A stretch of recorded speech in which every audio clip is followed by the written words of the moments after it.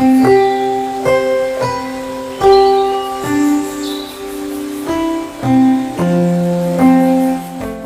आज का विषय है ब्रोंकियल अस्थमा। ब्रोंकियल अस्थमा एक एलर्जी से होने वाली सांस की नली की बीमारी है जो आमतौर से मीडियम और स्मॉल एयरवेज को अफेक्ट करती है। ये एलर्जी होने के लिए रिस्पॉन्सिबल होते हैं जेनेटिक फैक्टर्स और इन्वायरमेंटल फैक्टर्स। इन्वायरमेंटल फैक्टर्स में कई सारे एंटीजेंस होते हैं जो आमतौर से हवा में होते हैं। ये सीजन और जोग्राफिकल रीजन के हिसाब से वेरी करता है। उसके अलावा कई सारे कॉमन एंटीजेंस हैं जैसे cockroach, cats and dogs, mites and कई सारे इन्वायरमेंटल अदर फैक्टर्स हैं, पॉलेंस हैं या कोई इनऑर्गेनिक डस्ट हैं जो आमतौर से फैक्ट्रियों में होते हैं। इन सब चीज़ों से एलर्जी होती है। जब ये सांस की नली में जाती है उसमें सूजन पैदा कर देती है, इससे सांस की नली सिकुड़ जाती है। अस्थमा के मरीजों को सांस फूलने लगता है, खांसी होती है, सीने में जकड़न होता है या सांस की नली से साए साए सी सीटी की आवाज़ भी आती है। इस बीमारी का अर्ली डायग्नोसिस होना बहुत ज़रूरी होता है। ये आमतौर से यंग एज में भी होता है और मिडिल एज में भी स्टार्ट हो सकता है। ये किसी भी एज के ग्रुप के पेशेंट्स को अफेक्ट कर सकते हैं। इस बीमारी में मॉर्बिडिटी और मोर्टलिटी काफ़ी ज़्यादा होती है।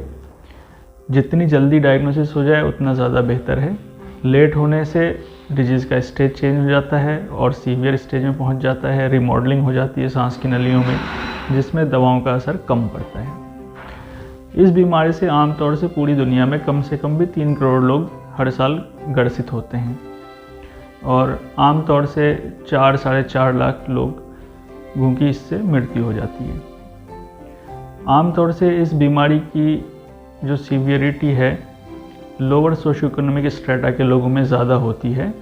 ये आमतौर से इस वजह से होती है कि लोग एक तो डायग्नोसिस के लिए लेट से डॉक्टर के पास पहुंचते हैं और एक क्रोनिक बीमारी या दीर्घकालीन बीमारी जिसे कहें होने की वजह से लंबा ट्रीटमेंट अफोर्ड नहीं कर पाते हैं, जिससे इस एज ग्रुप, इस सोशियो इकोनॉमिक स्ट्रेटा में इस बीमारी से मॉर्टलिटी मॉर्बिडिटी दोनों ही ज़्यादा होती है। दूसरा एक बहुत इम्पॉर्टेंट लॉस इससे ये है कि अगर बीमारी कंट्रोल ना हो तो हर इंसान का डेली वर्क लॉस काफ़ी होता है। अगर उसकी सांस फूल रही होगी तो अपने काम पर नहीं जा सकेगा। इससे उनकी सैलरी भी कम होती रहेगी, अर्निंग भी कम होता रहेगा और फिर वो ट्रीटमेंट और भी नहीं ले पाएगा।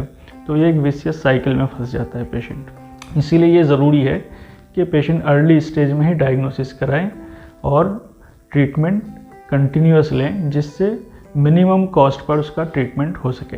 तो इन मरीज़ों को हमेशा इस बात का ध्यान रखना चाहिए कि जब कभी भी सांस फूले और खांसी हो तो डॉक्टर से अवश्य मिलें जो श्वास की रोग के विशेषज्ञ हों और उनका एक्सपीरियंस हो इसको ट्रीट करने में। इस बीमारी के इलाज में सबसे कारगर इलाज ट्रीटमेंट होता है इन्हेलेशन थेरेपी। आमतौर से लोगों के बीच में भ्रांतियाँ होती हैं कि ये दवा नुकसान पहुँचाती है या इसकी आदत लग जाती है। ये सिर्फ सांस की नली में जाता है, जहाँ जहाँ सूजन होती है उस एरिया की सूजन को कंट्रोल करके बीमारी को कंट्रोल करता है। क्योंकि ये दवा बहुत लंबी चलनी होती है, इसीलिए इस दवाओं में ये ध्यान रखा जाता है कि दवा एक तो सस्ती हो, उसके साइड इफ़ेक्ट ना हो और वो कारगर हो। तो इन्हेलेशन थेरेपी की दवा ये तीनों पैरामीटर्स को फुलफ़िल करती है।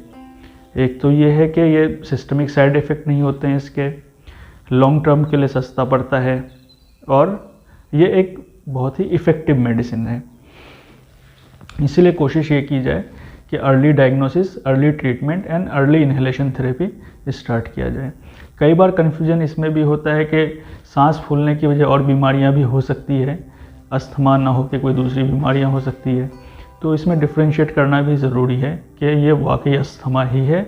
अस्थमा का डायग्नोसिस कंफर्म करने के लिए स्पायरोमेट्री जांच होती है सांस की, उसके द्वारा इस बीमारी का कंफर्मेशन होता है और फिर उसके बाद इसका इलाज चलता है।